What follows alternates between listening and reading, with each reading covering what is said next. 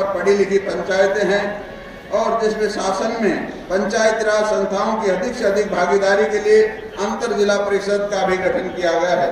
पंचायती राज संस्थाओं के सशक्तिकरण के लिए ग्राम विकास विभाग की सभी योजनाएं जिला परिषदों को ट्रांसफर की है। जिला परिषद के अध्यक्ष को DRDA के चेयरमैन बनाया गया है। हमने पंचायती राज संस्थाओं के प्रतिनिधियों को पेंशन देकर उनका सम्मान बढ़ाया है। इसी प्रकार सभी नगर निकायों की शक्तियों को विकेंद्रीकरण करने के लिए भी कदम उठाए हैं। शहरी निकायों को मजबूत करने के लिए हमने मेयर का प्रत्यक्ष चुनाव करवाया है। पंचायत राज संस्थाओं और शहरी स्थानीय निकायों की वित्तीय स्थिति मजबूत करने के लिए संपत्ति के पंजीकरण पर जो स्टाम्प शुल्क लगता है उसका 2% राजस्व उन्हें प्रदान किया जाता है। ग्रामीण क्षेत्रों में डिजिटल बनाने के लिए ग्राम दर्शन पोर्टल पर 6197 ग्राम पंचायतों का डिजिटल डाटा उपलब्ध है। ग्रामीणों को उनकी संपत्ति का मालिकाना हक देने के लिए गांव को लाल डोरा मुक्त किया गया है ताकि सभी अपनी जमीन मकान वगैरह खरीद सकते हैं, बेच सकते हैं, लोन ले सकते हैं। ऐसी सुविधा भी सरकार ने दी है। हरियाणा देश का पहला राज्य है जहां हेपेटाइटिस C, हेपेटाइटिस B की दवाइयां मुफ्त उपलब्ध करवाई जा रही हैं। अनीमिया मुक्त भारत में हरियाणा का पहला स्थान प्राप्त हुआ है। हरियाणा ऐसा पहला प्रमुख राज्य बन गया है जहां प्रत्येक लाभ DBT के माध्यम से 100% लाभार्थियों के खाते में सामाजिक सुरक्षा पेंशन भेजी जा रही है। प्रदेश में हर व्यक्ति को उसके घर द्वार पर सरकार की जो भी योजनाएं हैं, जो भी सुविधाएं मिले, उसके लिए भी सरकार ने सभी योजनाओं को, सेवाओं को ऑनलाइन किया है। मेरा परिवार मेरी पहचान कार्यक्रम के तहत सभी परिवार के पहचान पत्र बनाए जा रहे हैं। TPP पोर्टल पर अब तक लगभग 72 लाख परिवारों का पंजीकृत भी हो चुका है। राज्य सरकार द्वारा लगभग 27 लाख शुरू की है मुख्यमंत्री अंत्योदय परिवार उत्थान योजना, जिसके तहत सबसे गरीब परिवार की पहचान करके उनकी आर्थिक आय कम से कम 1,80,000 की जाए। परिवारों को उत्थान का लक्ष्य सरकार ने रखा हुआ है। प्रदेश में BPL परिवारों की जो वार्षिक आय की जो सीमा थी वो 1,20,000 थी है। प्रधानमंत्री गरीब कल्याण अन्न योजना के तहत कोविड महामारी के मद्देनजर मार्च 2022 तक सभी को राशन फ्री देने की भी सुविधा है। प्रधानमंत्री स्वनिधि योजना के तहत रेहड़ी फड़ी वालों को अपना काम शुरू करने के लिए 10,000 रुपये का ऋण भी दिया जाता है। प्रदेश में सभी तरह की सामाजिक सुरक्षा पेंशन की राशि बढ़ाकर 2,500 रुपये मासिक की गई है। इसके अलावा 60 वर्ष से अधिक आयु के श्रमिक को भी 2,750 रुपये मासिक पेंशन दी जा रही है। गरीब परिवार की बेटियों के विवाह पर सुगन के रूप में मुख्यमंत्री विवाह सुगन योजना के तहत 71,000 रुपये तक की राशि दी जा रही है। स्कूल में जाने वाले 18 वर्ष के निःशक्त बच्चों को भी 1,900 रुपये मासिक पेंशन दी जाती है। कोविड-19 महामारी पूरी दुनिया के लिए एक बड़ी चुनौती बनकर सामने आई। इस महामारी से लड़ने के लिए किए जा रहे टीकाकरण में भारत विश्व में सबसे पहला स्थान पर है।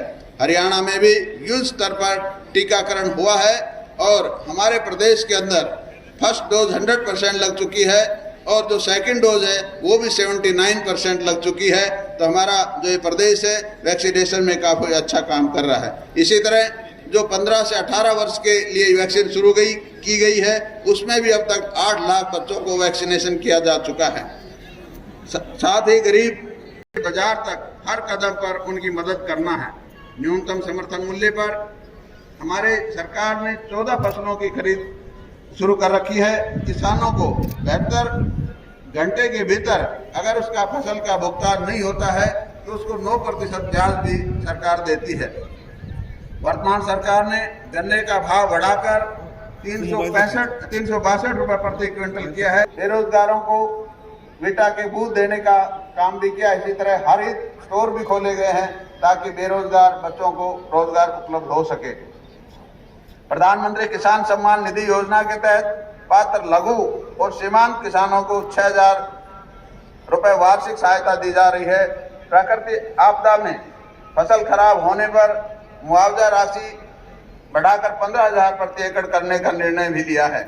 कृषि भूमि के आदान प्रदान पर किसानों को जो स्टैंप ड्यूटी शुल्क में छूट दी योजना के अंदर लिया गया है, जिसमें 600 रुपए प्रति क्विंटल के हिसाब से 7,000 रुपए प्रति एकड़ किसानों को प्रोत्साहन राशि दी जा रही है।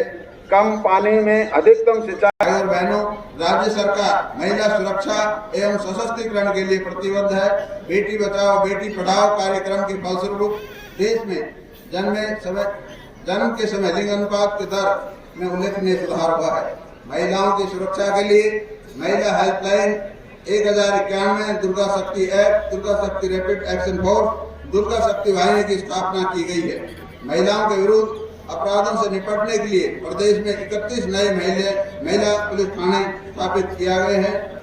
महिला सुरक्षा के लिए बस अड्डों बसों में CCTV कैमरे लगाए जा रहे हैं।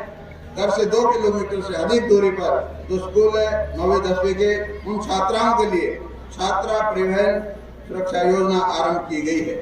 महिलाओं के पंचायती राज संस्थाओं में 50% का प्रतिनिधित्व दिया गया है। राज्य सरकार हरियाणा पुलिस में महिला पुलिस कर्मियों की संख्या 15% करने के लिए कटिबद्ध है। पिछले 7.25 साल के अंदर कुल 67 नए कॉलेज खुले हैं, जिनमें से 42 जो कॉलेज हैं वो लड़कियों के लिए है। इसके अलावा प्रदेश में 29 महिला औद्योगिक प्रशिक्षण संस्थाएं भी स्थापित की गई हैं और 1,80,000 रुपए तक के आर्थिक आय वाले परिवारों की छात्राओं को 500 रुपए प्रति महीना वजीफा भी दिया जा रहा है। भाई बहनों, प्रदेश में संस्कार और रोजगार से युक्त शिक्षा देने के लिए नई राष्ट्रीय शिक्षा नीति लागू की जा रही है। इसे प्रदेश में वर्ष 2025 तक पूरी लागू कर दी जाएगा। प्राइवेट स्कूलों की तर्ज पर सुविधा देने के लिए नए 113 संस्कृति मॉडल स्कूल भी खोले गए हैं। तकनीकी संस्थाओं में उद्योगों की जरूरत के अनुसार प्रशिक्षण के लिए उद्योगों के साथ साथ MOU किया गया है। हमारे युवा प्रतियोगी परीक्षाओं में अग्रणी रहे, इसके लिए सुपर 100 प्रोग्राम भी चलाया जा रहा है। ये गर्व की बात है कि इसके तहत कोचिंग पाने वाले विद्यार्थियों IIT मेंस और नीट जैसी राष्ट्रीय स्तर की परीक्षाओं में मेरिट के स्थान प्राप्त कर सकें। युवाओं की नौकरी के लिए बार आवेदन करने से व फीस भरने से छुटकारा दिलाने के लिए एकल पंजीकरण की सुविधा भी आरंभ की गई है। हरियाणा पदक जीतने वाले खिलाड़ियों को पुरस्कार के रूप में देश में सर्वाधिक नगद राशि दी जाती है। ओलंपिक की तैयारी के लिए 5 लाख रुपए एडवांस प्रोत्साहन राशि देने वाला हरियाणा देश का पहला राज्य है।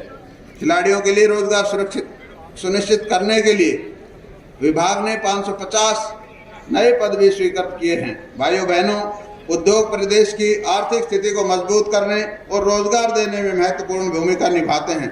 इसलिए प्रदेश में हरियाणा उद्यम एवं रोजगार नीति 2020 लागू की गई है। इस नीति का लक्ष्य 5 लाख नई नौकरियों का सृजन करना, 1 लाख करोड़ रुपए से अधिक का निवेश जुटाना और निर्यात को दुगना करना है। उद्योगों के कॉस्ट ऑफ डूइंग बिजनेस को कम करने हेतु औद्योगिक प्लांटों के लिए विशेष लीजिंग सिस्टम पॉलिसी भी बनाई गई है। इसी तरह पूरे प्रदेश के साथ साथ हिसार में भी काफ़ी विकास कार्य हुए हैं जो आपके सामने हैं। चाहे वो बिजली का महकमा हो, चाहे वो सड़क का हो, चाहे शिक्षा को हो, सभी विभागों में हिसार में भी बड़ा विकास कार्य चल रहा है। कहने का भाव ये है कि हमने प्रदेश में नई व्यवस्था बनाकर लोगों में नई उम्मीद जगाने का काम किया है। हमने माननीय प्रधानमंत्री जी नरेंद्र मोदी पूरे सामर्थ्य से जुट जाने का संकल्प लें ताकि हमारा भारत एक बार फिर वही भारत बन सके जिसके गौरव और वैभव की कहानियां हम अवसर सुनते आए हैं। साथ ही हम सब एक बार फिर से राष्ट्र की एकता व अखंडता को बनाए रखने का संकल्प दोहराएं। इन्हीं शब्दों के साथ मैं आप सबको गणतंत्र दिवस की पुनः बधाई देता हूं। जय हिंद, जय भारत। धन्यवाद। जोरदार तालियों के साथ अपनी उपस्थिति दर्ज करा दीजिए। आपके